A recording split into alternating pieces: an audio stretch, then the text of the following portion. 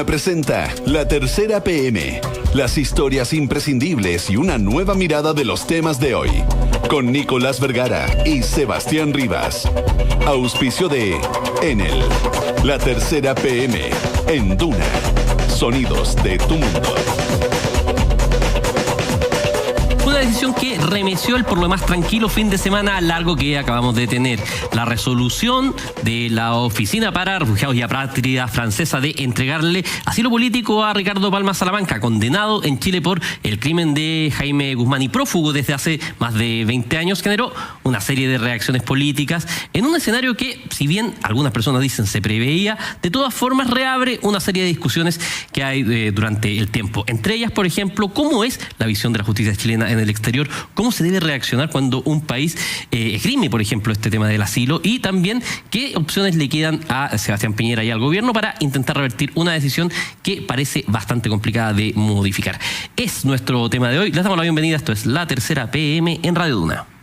Esto es La Tercera PM. Sebastián Rivas y Nicolás Vergara están en Duna. 5 de la tarde con 1 minuto.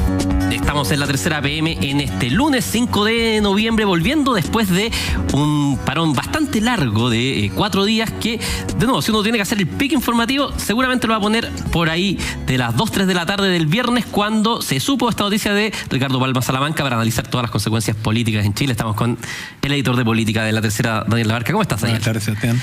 A ver, de la información que tienes tú, ¿cómo calificaría esto en términos de la moneda? ¿Sorpresivo? ¿Lo esperaban un poco? ¿Qué reacción, qué sensación tienen ellos con respecto a lo que ocurrió? No, es una decisión que los sorprendió, realmente, porque el presidente Piñera se había involucrado personalmente en este tema. Recordemos que estuvo hace menos de un mes, estuvo en Francia, abordó el tema Palma Salamanca con Macron en el encuentro que tuvieron ambos presidentes.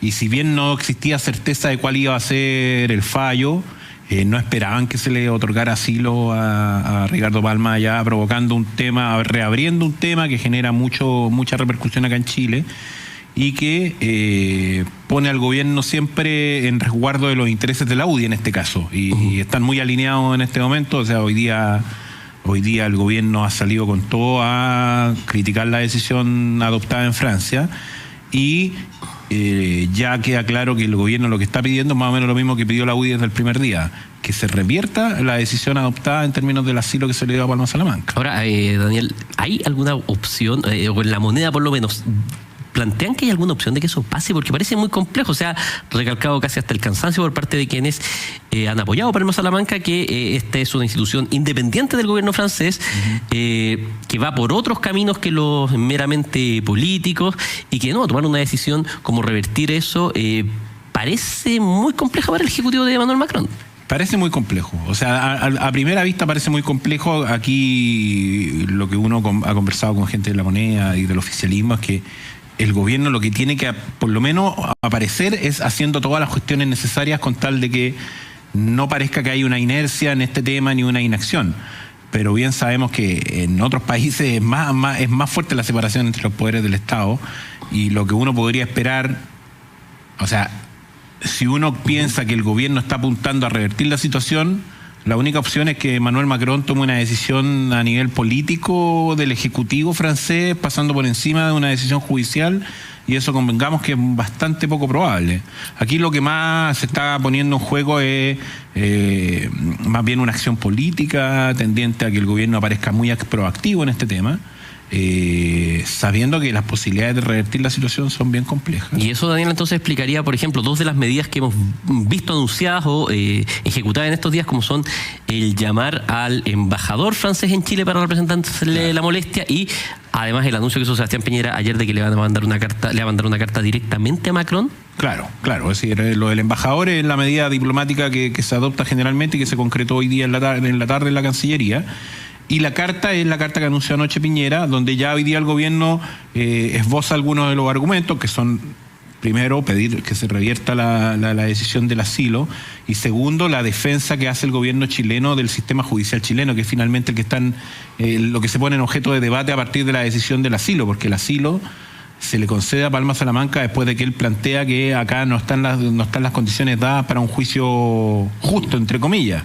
Entonces lo que tiene que hacer el gobierno chileno es salir a decir que en Chile opera un sistema democrático donde la justicia opera cabalmente. Básicamente esos son los argumentos que está esgrimiendo el gobierno chileno a partir de distintos comunicados y declaraciones que ha hecho hoy día, dando a entender por dónde va a ir la carta de Piñera. Ahora, Daniel Dabarca, a mí me comentaban que en La Moneda no cayó tan bien la reacción que tuvo en la Corte Suprema, para ser justo el vocero de la Corte Suprema, una vez conocido esta resolución, que en el fondo decía, bueno, nosotros hemos impulsado el proceso de extradición, de todas maneras nos parece que tiene que estar en Chile, pero entendemos y es en el fondo una decisión independiente de un Estado soberano. Entiendo que eso se desalineó un poquito de la línea de molestia generalizada que el Ejecutivo venía impulsando. Claro, exactamente, y eso obligó a la propia Corte Suprema a salir a aclarar el punto un día después con otra declaración donde dan a entender que el tema todavía no ha sido revisado oficialmente por las instancias correspondientes de la Corte Suprema. Pero en estricto rigor, el vocero dice algo que es correcto, o sea, es una decisión independiente de un tribunal francés, donde la Corte Suprema chilena no es mucho lo que puede hacer. Hoy día el juez que lleva la causa, Mario Carroza, apuntó más bien en la misma línea. La investigación va a seguir su curso, nosotros vamos a seguir haciendo todo lo que sea necesario, pero la extradición en sí misma no va a poder seguir avanzando en la medida en que existe un asilo de parte de Palma Salamanca. De hecho, si no me equivoco, es Carroza quien dice hoy día que por lo menos Palma Salamanca no va a poder salir de Francia. Claro. O sea, que si sale de Francia va a ser detenido. El problema es que probablemente Palma Salamanca no quiera salir de Francia.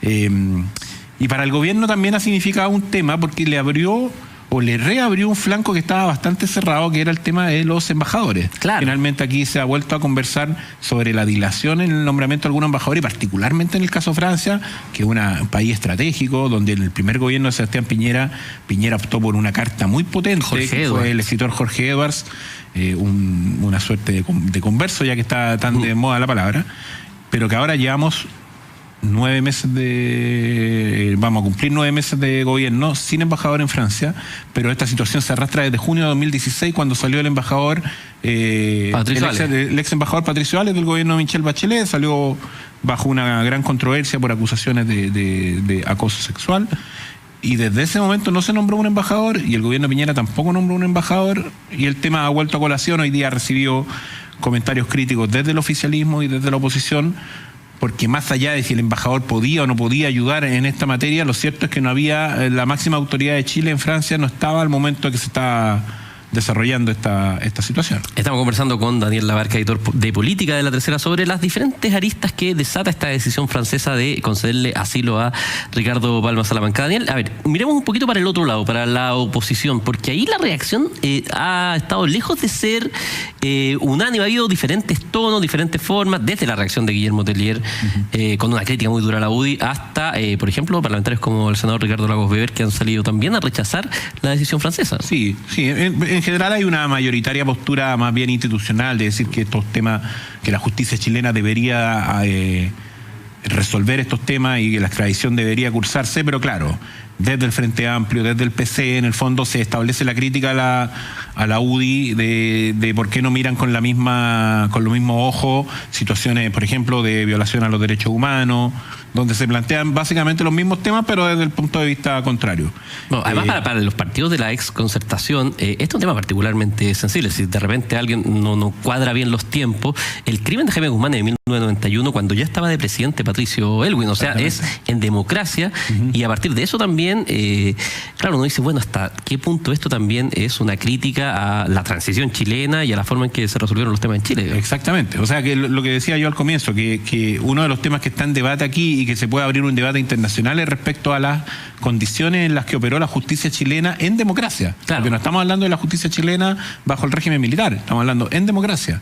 Y ese es un tema que es espinudo, que el presidente Piñera sale a defenderlo en la carta que seguramente enviará en las próximas horas, y que es un tema de debate. Volviendo a lo que plantea respecto a la izquierda, sí hay que mencionar, por ejemplo, voces que quizás sorprenden, como por ejemplo hoy día Gabriel Boric, que decía, no es discutible condenar el asesinato de un senador en democracia. O sea, como que ya ese punto está un poco zanjado. Claro. Se entra al debate respecto a las condiciones cómo murió Guzmán, respecto a las condiciones como murieron personas bajo el régimen militar. Por ejemplo, hay debate sobre si efectivamente la confesión de Palma Salamanca, porque después él se retracta, si fue obtenida bien o no, pero claro, en el fondo Boric marca un punto de decir, bueno, el hecho en sí mismo indiscutiblemente es condenable. Claro, nadie puede defender ese asesinato. Es un tema bien complejo para el gobierno, que yo creo que está haciendo lo correcto, finalmente lo que tiene que hacer, mantenerse activo. Tiene una singularidad el tema, que justo coincide con la elección interna de la UDI, y es un tema que para la UDI es fundamental. Por ende, hoy día uno no ve ninguna diferencia interna en la UDI alrededor de este tema, pero sin duda va a ser un tema que va a marcar noticiosamente la campaña de la UDI en los próximos días. Claro, que además entró en tierra derecha, ya le queda más o menos menos de un mes. Faltan 4 semanas. Y por lo mismo obliga al gobierno a mantenerse súper activo en ese tema, tomando en cuenta, por ejemplo, que el ministro del Interior es uno de las personas emblemáticas de este caso, el que ha llevado el caso históricamente. El ministro del Interior, el ministro de Justicia y razonablemente el senador con mayor ascendencia que tiene la UDI hoy día. Claro. Los tres son quienes han llevado este proceso desde sus comienzos, digamos, de una u otra forma. Entonces, exactamente, Chadwick, Hernán Larraín y Juan Antonio Coloma. Daniel Labarca, editor de política de La Tercera, un millón de gracias por estar conversando hoy día con nosotros en La Tercera PM. Son las 5 de la tarde con 11 minutos, seguimos analizando la actualidad en Radio Duna. Una nueva mirada de los temas de hoy. Escuchas La Tercera PM con Sebastián Rivas y Nicolás Vergara. Hay momentos que uno dice, bueno, hay una canción de Soda Stereo que habla de las noches largas de esto. ¿Cómo es Alejandro Tapia, editor de Mundo de La Tercera, usted que sabe más de música que yo? ¿Cómo es?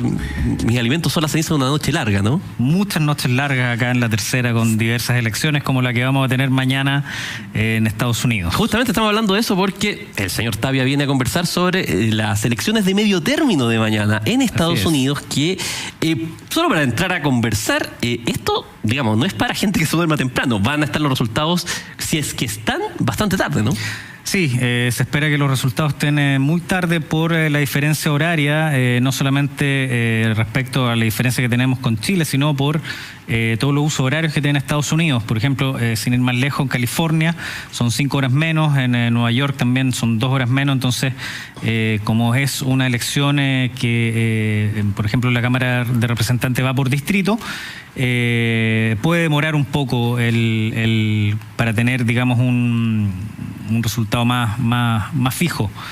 Ahora, los medios estadounidenses, todas las encuestas también siempre suelen dar proyecciones, entonces quizás ya más avanzada la noche vamos a tener claridad de cómo van los demócratas en la Cámara de Representantes y los republicanos en el Senado. A ver, para entender, solamente y de forma muy rápida, muy ilustrativa, se renueva toda la Cámara de Representantes, que es la Cámara Baja, ¿no? Sí, en estas elecciones legislativas de medio término se renueva la totalidad de la Cámara de Representantes. Perfecto. Y 1/3 del Senado. Ok, o sea, el Senado no se renueva completo en ningún caso. Solamente 1/3, okay. Y en este momento ambas cámaras del Congreso de Estados Unidos están dominadas por el Partido Republicano, que es el conglomerado político del presidente Donald Trump. Y si nos ceñimos a las proyecciones de Alejandro Tapia, ¿qué es lo que se espera para mañana, independiente de que siempre pueden pasar cosas muy distintas? Mira, lo que se espera para mañana es que la oposición demócrata logre arrebatarle la mayoría republicana en la Cámara de Representantes, pero que no logre ganar el Senado. Es decir, que quede un Congreso partido en dos, digamos, con la Cámara de Representantes en manos de los demócratas y con el Senado en manos de los republicanos. O sea, eso si uno mira los números, eso es lo que probablemente debiera pasar, digamos.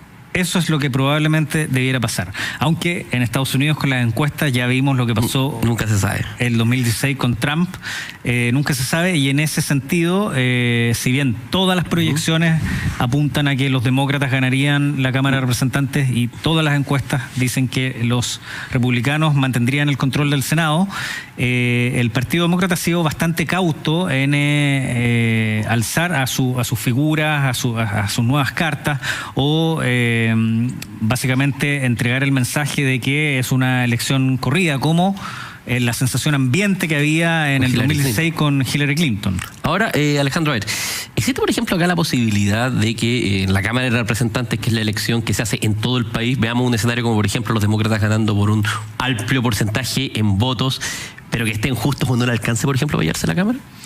Es que en este caso, como se eligen los congresistas, el voto es directo. Entonces, se da el caso de que puede ocurrir que algunos de los cargos que están vacantes, porque se renueva toda la Cámara de Representantes, pero por ejemplo en la Cámara de Representantes hay unos cargos que están vacantes. Okay.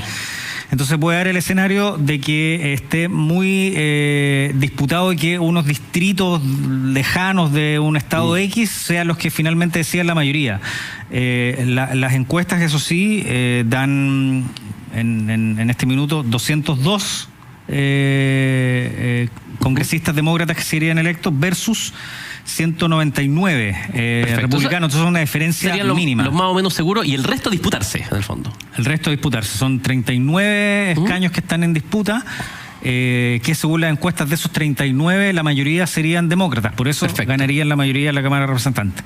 Y el escenario contrario ocurre en el Senado, donde los republicanos son los favoritos y parece difícil que los demócratas ganen ahí. Ahora, si se da el escenario de que los republicanos mantengan ambas cámaras, sería un triunfo total para el presidente Trump, que en todos los mítines de campaña en la última semana ha intentado él mismo reconoce que esto es casi que un referéndum sobre su gestión. Y por otro lado, si es que si los demócratas, digamos, ganan, también sería un tremendo impulso para esta renovación post-Hillary Clinton 2016. Pero claro, si es que se da esta sorpresa de que los republicanos mantengan el control, sería una debacle, o sea, ya los demócratas estarían por el suelo. O sea, tendría que pensar en 2024 y no en 2020 probablemente para la presidencia. Y tendrían a su candidata presidencial derrotada en las elecciones del 2016, a sus congresistas derrotados en las elecciones de medio término de este año 2018, y probablemente eso le dé, digamos, una vía despejada a Trump para la reelección en el 2020. Estamos conversando con Alejandro Tapia, editor de Mundo de La Tercera, sobre las elecciones de medio término que serán mañana en Estados Unidos. Ya están votando, tienen voto adelantado, han votado bastante tiempo, depende del estado, depende de las reglas. Ahora, Alejandro Tapia, hagamos un poco de futurología. Evidentemente el resultado es muy difícil de proyectar, pero uno sí puede decir, a ver, si ganan los demócratas, si le va bien a los demócratas, ¿qué cosas explicarían que les fuera bien? A ver, que tengan una mayoría contundente en la Cámara de Representantes, aunque la mayoría se puede definir por solo un escaño, ya que ganen la Cámara de Representantes sería algo muy significativo. Los demócratas han venido mal en el control del Congreso. Recordemos que el 2006, ya cuando a Bush le quedaban 2 años, en esas elecciones legislativas ellos ganan, los demócratas, tanto la Cámara como el Senado. Pero en las elecciones siguientes, que son las primeras de Obama, solo logran mantener el control del Senado y luego ya pierden todas las elecciones desde ese año hasta ahora. ¿Y cómo se explicaría que ellos ganaran? ¿Cuál sería el racional, digamos, de que los demócratas en esta elección pasen adelante? Ya un triunfo en la Cámara de Representantes sería algo muy positivo para los demócratas. ¿Y por qué se están muy golpeados, digamos, por la elección de Hillary y han venido, digamos, teniendo un proceso de casi una guerra civil al interior del partido. Ahora, ¿eso sería solo lo interpretable como un voto anti-Trump o hay otros factores que andan dando vuelta que podrían apoyar a los demócratas esta vuelta? A ver, hay un factor muy importante anti-Trump, especialmente entre los jóvenes. Ahí están las proyecciones de los encuestadores que indican que los jóvenes están votando, en Estados Unidos se puede votar antes, de manera anticipada, están votando los jóvenes movilizados, digamos, por el no a Trump. Mucho más que otras veces. Este mismo punto, digamos. Sí, mucho más que otras veces, y eso podría ser determinante. Y lo otro, que no solamente a este electorado joven demócrata los mueve el rechazo a la figura del presidente republicano, sino que también la irrupción de nuevas figuras del partido demócrata. Quizás una de las caras más visibles es una política de Nueva York, que va por el distrito 14, postula a la Cámara de Representantes Alexandria Ocasio-Cortez, que es hija de inmigrantes puertorriqueños. Ella fue camarera, tiene 28 años, estuvo detrás de la campaña de Bernie Sanders, que fue el rival de Hillary Clinton en las primarias demócratas. Ella tiene muchas posibilidades de llegar al Congreso, y ese tipo de candidatos se repite en varios estados, y eso también ha impulsado a que jóvenes demócratas estén votando por este nuevo tipo de candidatos que a su vez han desbancado a los políticos tradicionales del partido. De hecho, los Clinton han estado ausentes absolutamente, prácticamente. Había un artículo, no me acuerdo si era el New York Times, un político del fin de semana, que decía: nadie quiere hacer campaña ya con Bill Clinton. Sí, Clinton ha estado en un papel muy, muy secundario. Digamos, Bill Clinton hasta hace nada era un gran activo. O sea, los senadores, los que hacían campaña, lo pedían porque tenía una gran retórica, porque era un símbolo. Eso ya te habla de un cambio generacional que se está pasando. Sí, porque los Clinton son asociados, digamos, a las viejas mañas del partido demócrata, a la política tradicional, al establishment del partido. Entonces está surgiendo toda esta nueva corriente. Ahora también cabe mencionar que lo otro que hay que poner sobre la mesa en estas elecciones es que la economía hasta ahora de Estados Unidos va bien. O sea, eso te iba a decir, si los republicanos, a la inversa, si los republicanos ganan, habría que usar esa frase de James Carville, que era una estrategia demócrata, es la economía estúpido. Claro, o sea, el desempleo 3,7%, se ve que la cosa va por buen camino. 70% de los estadounidenses creen que la economía va en la dirección correcta. Entonces también las peleas son ya más a nivel de distrito, no a nivel, digamos, país, en que si el elector está viendo que la situación económica del país está ok, probablemente termine apoyando en este caso al gobierno, pero como también se juegan elecciones muy de nicho, muy de barrios, donde hay peleas de caudillos en algunas zonas, podría ser o no ser determinante finalmente el tema económico. Alejandro Tapia, editor de Mundo de la Tercera, que supongo que se va a descansar pronto porque tiene una tarea larga mañana. Todavía hoy. Muchas gracias por estar hoy día conversando con nosotros en La Tercera PM. La Tercera PM es traída a ustedes gracias a Enel. ¿Cuál es la energía que te mueve en esta Teletón? Sea cual sea tu energía, cree en ella. Enel, la energía que nos mueve en esta Teletón. Teletón, el regalo de todos. Nos vamos a la pausa y al regreso ya está Nicolás Vergara con Francisco Javier Díaz y con Cristian Valenzuela para conversar y analizar las cosas que nos dejó este fin de semana. Hay por ahí, bueno, el tema de Palma Salamanca. Vamos a estar analizando también los números que están dando vuelta. Esto es La Tercera PM. Usted está escuchando Radio Duna. En Duna escuchas La Tercera PM con Sebastián Rivas y Nicolás Vergara. Los proyectos de Sinergia Inmobiliaria están llenos de detalles que te hacen sentir en casa. Conoce Barrio San Anselmo, ubicado en Piedra Roja, Chicureo. 7 metros cuadrados hasta 140 metros cuadrados. Además cuenta con amplios terrenos, desde 8.260 UFs. Para más información visítanos en isinergia.cl. Sinergia Inmobiliaria, espacios bien pensados. Dicen que cada vez que uno observa el color de una copa de pisco con quemado, se transporta a un atardecer en el Valle de San Félix, en la región de Atacama, donde suaves amarillos y delicados transparentes se entremezclan majestuosamente frente a frente. Soy Eduardo Mulet y pertenezco a la tercera generación de maestros destiladores de Horcón Quemado. Horcón Quemado, el pisco legendario de San Félix, Atacama. El secreto es disfrutarlo con moderación. Producto para mayores de 18 años. ¿Cuál es la energía que nos mueve en esta Teletón? ¿La que usamos cuando creemos en la felicidad? ¿O la que nos hace vivir el presente? ¿La que nos ayuda a perseguir nuestros sueños? ¿La que nos hace pensar en el futuro? Porque todos tenemos una energía interior que nos ayudará a llegar a la meta. Sea cual sea tu energía, cree en ella. Enel, la energía que nos mueve en esta Teletón. Teletón, el regalo de todos. 30 de noviembre, 1 de diciembre. En Banchile Inversiones llevamos 36 años junto a ti, acompañando tus proyectos y tus decisiones de inversión. Nuestros expertos en soluciones activas trabajan en una búsqueda continua de las mejores oportunidades en el mercado, entregándote información oportuna de acuerdo a tu perfil de inversionista, tus objetivos y necesidades. Para seguir construyendo juntos, contacta a tu ejecutivo o ingresa a banchileinversiones.cl. Banchile Inversiones, soluciones digitales para optimizar tu tiempo. Productos ofrecidos por Banchile Administradora General de Fondos S.A. y Banchile Corredores de Bolsa S.A. ¿Estás cansado que te cambien las condiciones de tu software de remuneraciones?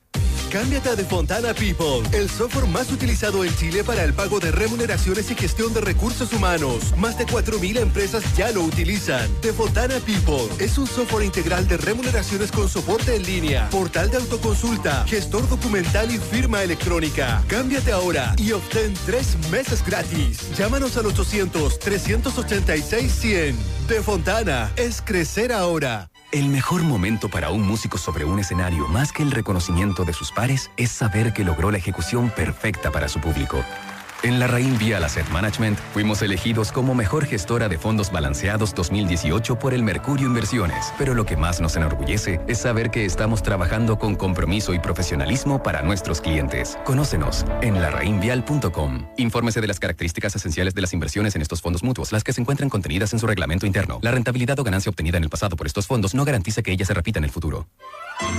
Visita la increíble ciudad de Dubái. Recorre sus modernos malls, conoce la arquitectura más innovadora o explora sus desiertos. Salta a la aventura en sus parques de diversión. Deleítate con su gastronomía y asómbrate con sus tesoros. Descubre Dubái en tus vacaciones o haz una parada en viaje antes de llegar a tu destino final. Vuela con Emirates a Dubái desde Santiago vía Sao Paulo. Para más información, visita www.emirates.cl.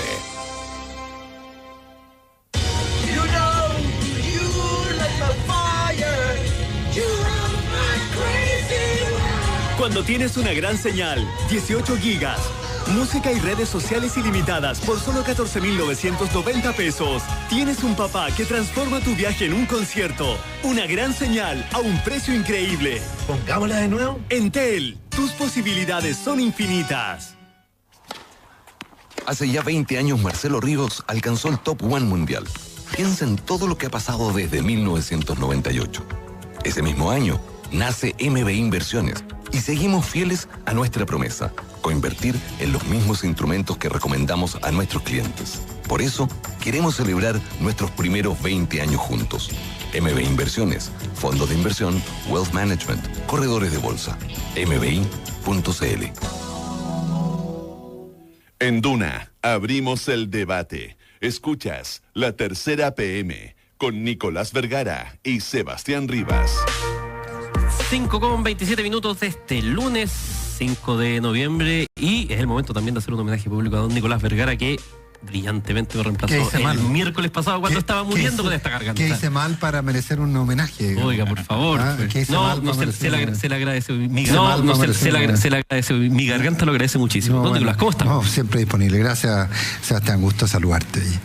Bueno, empezamos una semana, es una semana muy larga, tiene 5 días hábiles. Ya parece la rareza. O sea, claro, parece la excepción. Don Cristian Valenzuela, Francisco Verdía, gracias por estar con nosotros. ¿Preparados para una semana dura? Y además con harto calor, así que sí, es un cambio radical. Sí, mañana 32 grados. Sí, claro. Llegó el verano. Impresionante. Pero llega y se va. En fin, ¿qué le vamos a hacer? Oye, bueno, lo que llegó fue una noticia que cayó como balde de agua fría y que es una noticia que tiene una cualidad compleja. ¿Cuál es? Que obliga, que pone, que estresa prácticamente a todo el espectro político. No hay quien no se vea estresado con la decisión de un organismo, de la OFPRA, que es un organismo del Estado francés, que decide darle a Ricardo Palma Salamanca y a su mujer una condición de refugiado. Que es una condición que además, según publica hoy día de la Tercera, podría ser conducente a obtener la ciudadanía francesa, es decir, es bastante amplia. Es curioso cómo este tema, Francisco Javier, en el fondo estresa las relaciones de prácticamente toda la política en Chile, digamos. Desde el Partido Comunista hasta la UDI, literalmente, digamos.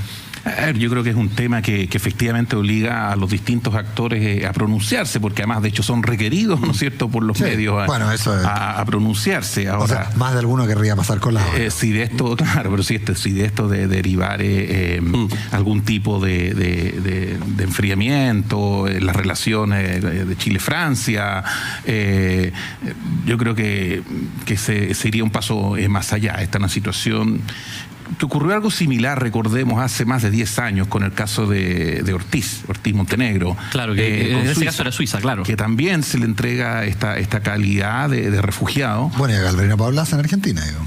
Son situaciones distintas jurídicamente, pero tienen alguna similaridad. Pero el de Ortiz quizás como el más prístinamente parecido, ¿no es cierto? Se le entrega la calidad de refugiado y Suiza básicamente lo acoge, le da esa calidad y se detiene, por tanto, cualquier tipo de extradición hacia él, que es lo que ahora pudiera ocurrir, ¿no? Recordemos que la calidad de asilado corre por un carril distinto a el proceso judicial de extradición, si bien es cierto la calidad de asilado entrega una mayor probabilidad de que la extradición sea rechazada. Entonces ya ocurrió, y mi reflexión es que es lamentable que se nos vea así.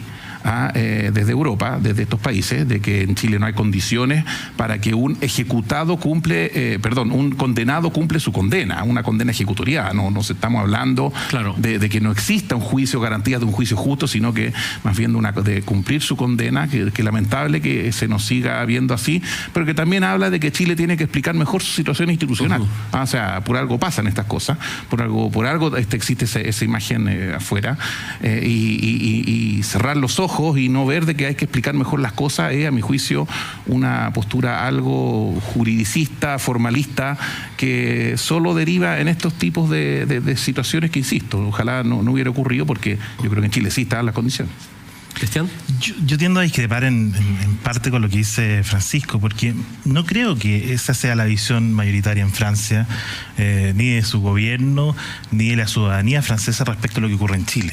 Yo creo que aquí hay un juicio parcial de esta oficina administrativa que analiza las condiciones en las que fue juzgado, seguramente, porque tampoco conocemos los fundamentos de la decisión, y que determina en cierta manera que Chile no está en condiciones para juzgar adecuadamente de manera democrática a Ricardo Palma Salamanca. Yo creo que aquí hay una visión bien particular de un órgano bien administrativo y no tiene que ver con algo político en particular. Yo tiendo a pensar que si dependiera del gobierno francés, probablemente la decisión podría ser otra, porque si no nos explica que hoy día el presidente francés reciba a Sebastián Piñera hace 2 semanas en el gobierno, que hayan relaciones diplomáticas, comerciales comunes y corrientes, y que se dé esta dicotomía en torno a que Chile no estaría cumpliendo con el Estado de Derecho. Por lo tanto, yo tiendo a pensar de que esto es mucho más político que jurídico. Creo que el juicio de extradición va a correr por su carril, pero tampoco puede cambiar las cosas. Toda esta discusión sobre si había o no había embajador, sin duda, es preferible que hubiese embajador, pero creo que tampoco habría hecho la diferencia. O una delegación de alto nivel que explicara las condiciones, porque el predicamento sobre el cual parten las personas que forman parte de este Consejo y Oficina de Protección claramente está muy alejado de la realidad que hoy día domina Chile. Estando de acuerdo en general, Cristian, respecto al tema de que se trata de un tema más político y jurídico. Pero yo estoy de acuerdo en eso también, probablemente me expresé mal. Yo creo que esto no es jurídico y esto es más bien político, y Chile ha fallado políticamente en explicar sus condiciones. Así es. Claro, ahora, pero uno como Caselli, uno tiene derecho a estar de acuerdo consigo mismo. Yo estoy en desacuerdo con un punto, que es menospreciar la variable jurídica. Porque recordemos que hay una definición de refugiado, que es una definición bastante dura, y que la tiranía está en las palabras, condiciona lo otro. O sea, ¿cuándo se lo concede refugio a alguien? Cuando sus garantías, sus derechos humanos no van a ser respetados, cuando la garantía del debido proceso no va a ser respetado. En fin, entonces es una decisión política, sin duda, pero hay una definición jurídica que es una especie como de verbo rector respecto a todo lo demás, y que valida la posición de lo que plantea Francisco. Solamente con Francisco como un abogado que ejerce con mayor profundidad, y no un abogado que mira más de la observación, puede argumentar más en esa línea. Pero yo tiendo a pensar que aquí hay un fundamento político. Hay una división entre cómo se concibe ciertas normas y cómo se aplican e implementan. Entonces, yo hice una revisión un poco de la cronología de este caso. Ok, puede haber habido no embajador, puede haber habido no una conversación previa, una carta, una coalición que se preparara a esta situación. Pero uno ve, pero independiente del gobierno, ya sea de Michelle Bachelet o Sebastián Piñera, cuando ocurrió esto creo que fue en febrero del 2018, por lo tanto poco podía ser el gobierno anterior. Pero independiente de que estuvieran todas las condiciones diplomáticas y políticas para mostrar esto, por el otro lado, se fue preparando también el terreno para lograr esta decisión. Aquí se conforma un comité cultural de apoyo a Ricardo Paz, en Chile y en Francia. Sí, por cierto. O sea, si uno mira las declaraciones, por ahí las tengo, las declaraciones del comité que está de chilenos amigos de chilenos en Francia, respecto, se coloca y se pinta una realidad jurídica sobre lo que pasó, sobre cómo se juzgó, sobre la influencia de Pinochet en su condición de comandante en jefe, que era difícil de sostener una cosa distinta. Pero entonces, de nuevo tiene apariencia jurídica, es que ese es mi punto. Uno no puede separar una cosa de la otra, digamos. Pero es que son formas de interpretar las normas jurídicas. Y cuando estos organismos en general, todos tienen una visión que comparten de manera más o menos similar respecto a la interpretación de las normas hacia un lado y respecto a la interpretación de las normas hacia otro lado, uno tiene los mismos resultados. Es como, no sé, el Consejo de Derechos Humanos de las Naciones Unidas, donde está Cuba, Venezuela, Arabia Saudita. Claramente, donde la visión de las personas comunes y corrientes respecto de lo que ocurre en los derechos humanos hoy día, no hace 20 años, en esos países, es muy distinta a la visión que tienen esos mismos organismos que eligen y nombran a estos países como miembros de ese Estado. Entonces, yo al menos tiendo a creer muy poco en la capacidad de esos organismos de aislarse en lo exclusivamente jurídico y no juzgar de manera política esto. Y la influencia que en particular Francia puede tener respecto de ese organismo como gobierno es muy poca. Más allá de que el presidente Macron, no lo voy a interpretar ahora porque no lo conozco, pueda pensar en una u otra línea. Es un poco lo que ocurre con el Instituto de Derechos Humanos acá en Chile. La independencia, la autonomía que está logrando en ciertas materias, de pronunciarse a favor o en contra en algunas materias y en otras no, también muestra un poco ese aparato administrativo que es un poco independiente de las condiciones jurídicas y políticas del país. Pero a ver, yo francamente no sé si hay tanto desacuerdo, sino más bien maneras de apreciar cómo a mi juicio el gobierno chileno no preparó un caso. Antes que nada, este era un caso, una persona, ¿no es cierto?, que cometió un crimen en plena democracia contra un senador que fue juzgado ante tribunales independientes por judicial de un Estado democrático en aquellos años, a comienzos de los 90, y que después escapa de prisión y que llega después de varios países, llega a Francia. Bueno, este caso hay que prepararlo en Francia. Francamente me llamó la atención la sorpresa de parte de, por ejemplo, de algunos partidos de la oposición, de la UDI, al enterarse que existía siquiera esta oficina de OPFRA.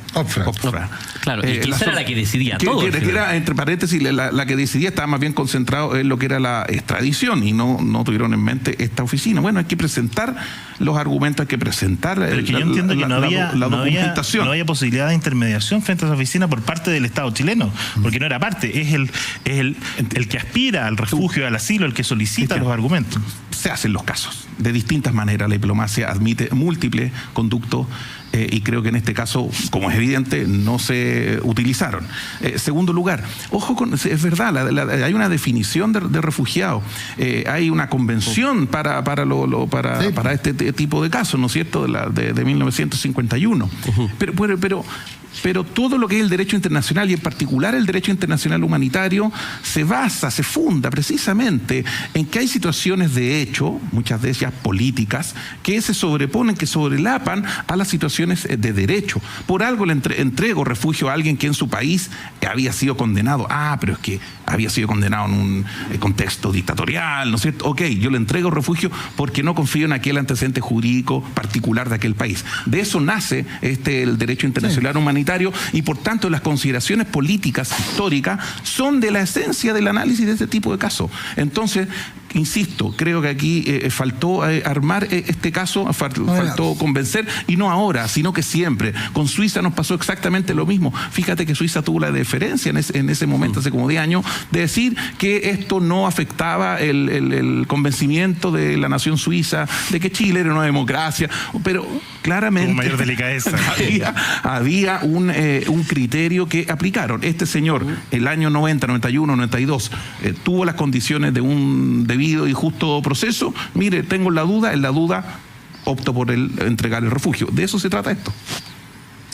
No, en eso puedo coincidir. Yo creo que, pero insisto, yo creo que era poco tiempo para poder hacer el caso. Ahora, creo que la extradición no va a ser el camino porque me parece, por lo que leí y he escuchado por ahí, que no va a tener mayor jerarquía que la condición de independencia que le da esta oficina. Sí. No sé si el caso de que podría presentar la investigación o las eventuales investigaciones que ocurren con los eventuales delitos también que se pueden haber cometido en México pueden hacer una diferencia respecto de la proximidad en este caso de... Yo entiendo que si tienen estatuto de refugiado, ese estatuto de refugiado lo blinda respecto inclusive a las acciones de México, quizás están todavía bajo investigación. Bueno, hay varias teorías al respecto. Ahora, en ese respecto contexto, de quién huye a quién le huye de México. Claro. Respecto a lo que se puede hacer ahora, no sé si una nota personal, estas idas a la embajada. El ex diputado Andrade en un programa previo a la tercera hablaba de la posibilidad de generar una coalición más amplia para ir a conversar a Francia. Puede incidir en algo. Yo creo que a mí lo que me interesa y que creo que es llamativo de lo que ha ocurrido en estos 3 días es la discusión política en Chile respecto del impacto de esta condición que se le entrega a Palma Salamanca, cómo revive ciertos fantasmas anteriores y cómo también entra en el contexto político. Ahora, yo empezaba por ahí, o sea, mi lógica era cómo tensionaba el espectro político chileno más allá de lo que ocurre fuera, porque vemos a ver, más de alguien hoy día le podría pasar la cuenta a Alejandro Guillé por el video de apoyo que formó parte del comité, y por más él después intentó desdecirse, finalmente yo me imagino que a un funcionario de la OFPRA, que un candidato presidencial, representante de partido de izquierda reconocidamente democrático. A ver, representante de los partidos que estaban en el gobierno cuando ocurrió el crimen de Jaime Guzmán, si no es menor. No, y además con partidos, no estamos hablando de alguien que era el representante de partidos con larga tradición democrática, el que finalmente él sostenga que en Chile no estaba garantizada la justicia. Yo me imagino que es algo... A mí personalmente, si yo fuera un funcionario y me llega ese video y pregunto, ¿y esto es cierto? ¿Y este señor quién es? No, era el candidato presidencial. ¿Y cuánto sacó? Mire, 40 y tantos % en segunda vuelta. Bueno, ¿sabe qué? Algo hay. O yo soy muy inocente. A ver, yo creo que Guillé uno lo puede criticar en su intervención en este caso por impreciso y equívoco. Entiendo que él después aclaró de que se refería a la familia, que estaba también en una situación bastante particular, que hay que reconocerlo, a la familia. Los hijos son a patria. Y no a Palma. Entonces él aclaró eso y se equivocó rotundamente en la forma de hacerlo. Yo creo que eso no cabe discusión alguna. Pero yo insisto, yo por lo menos en lo que puede ser del mundo al cual pertenezco y sin ser vocero oficial de nadie, ni oficial ni oficioso, creo que esta es una decisión de un organismo, de una institución extranjera que se disiente, yo disiento de ella, pero que no queda más que acatar, así como la justicia chilena hace 4 años no entregó la extradición a violadores de derechos humanos que habían matado a a ciudadanos franceses durante la dictadura.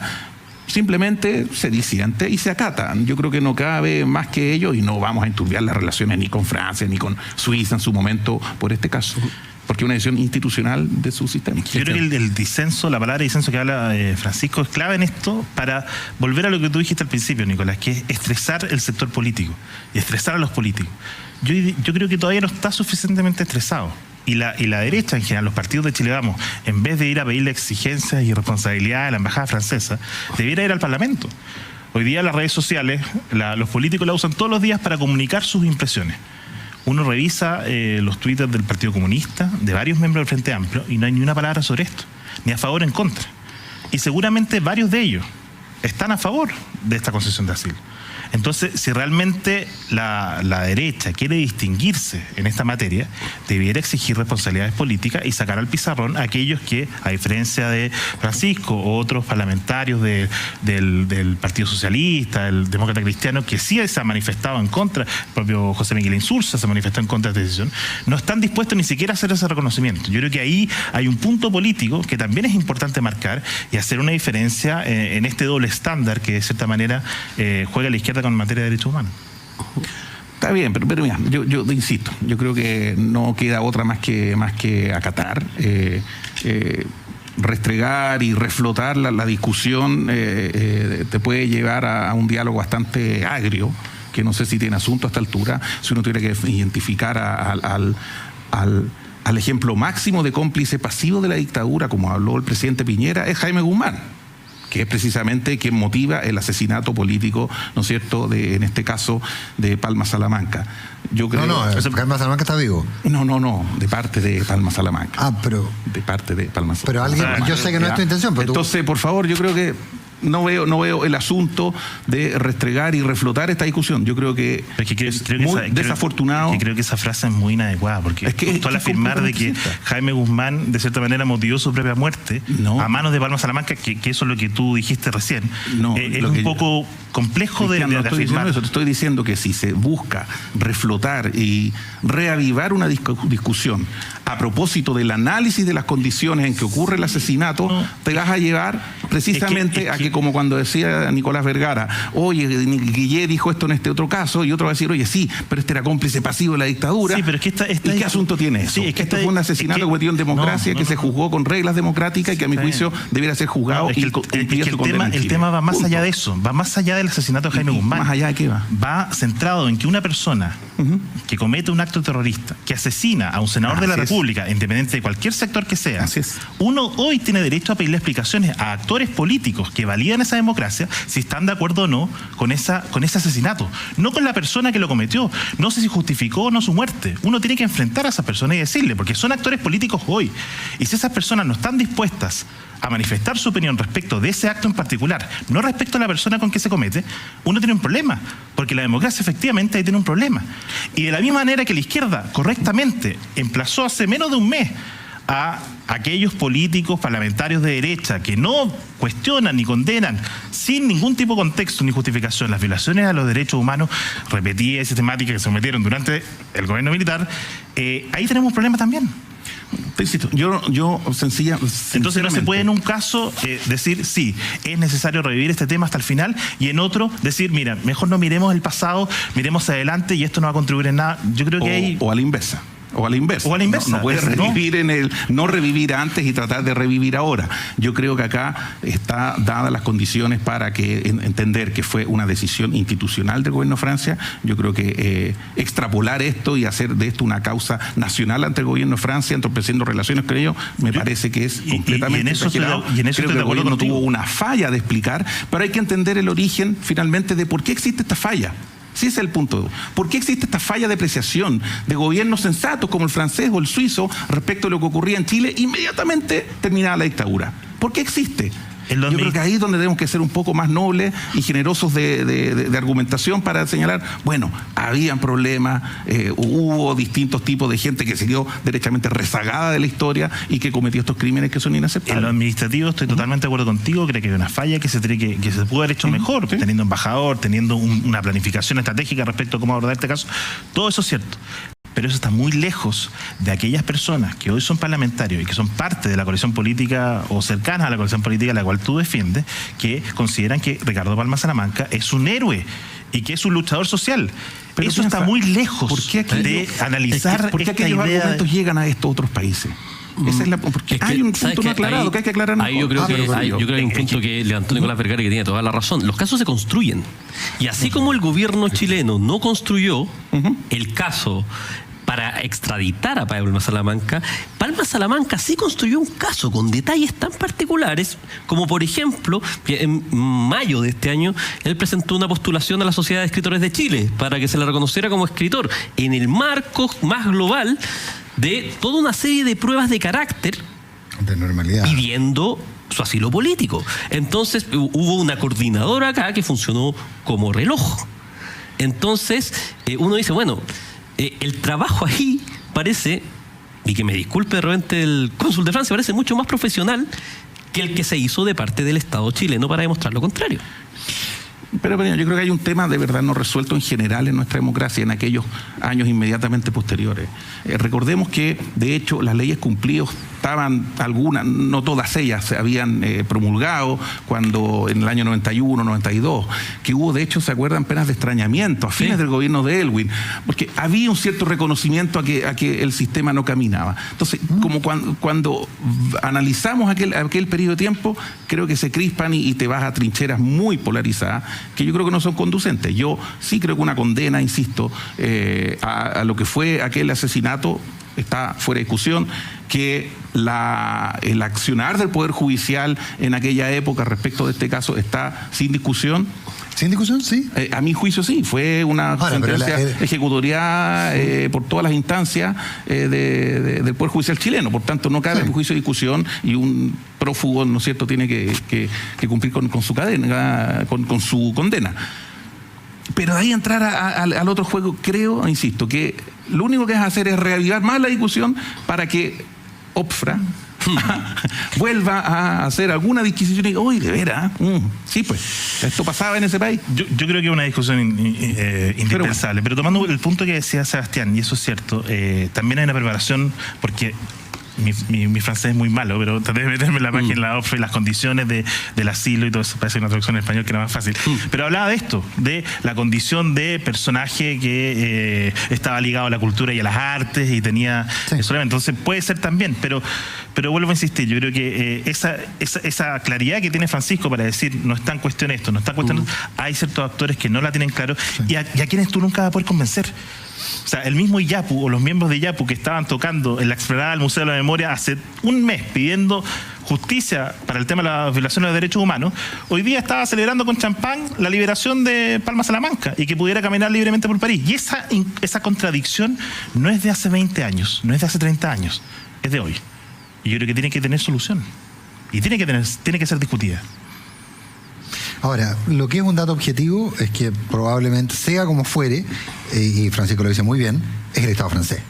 O sea, de hecho la propia embajada sostiene que no, que es un organismo paralelo, etcétera, pero el Estado francés, y finalmente estas cosas eventualmente no ocurren. O sea, ahora yo no creo que haya, la verdad que no se han parado las prensas de ningún diario francés esperando las reacciones del gobierno de Chile, digamos, así que... No se ha dejado sacar la basura a ninguna embajada. Pero en estas instituciones, insisto, en estas instituciones de derecho humanitario o derechos humanos, en general, no solo en Francia, sino que en distintos países, incluyendo en Chile, se ha buscado construir instituciones que guarden cierta autonomía, porque de eso se trata, ¿cierto? Cuando nacen los ombudsman nacen contra o para resguardar a los ciudadanos contra el mismo Estado. Por tanto, hay que respetar esa autonomía e insisto, o sea, si un organismo que vela por los derechos de los refugiados tiene una cierta duda respecto de un caso, consejo es, bueno, ante la duda, déle el carácter de refugiado porque puede pasar a mayores.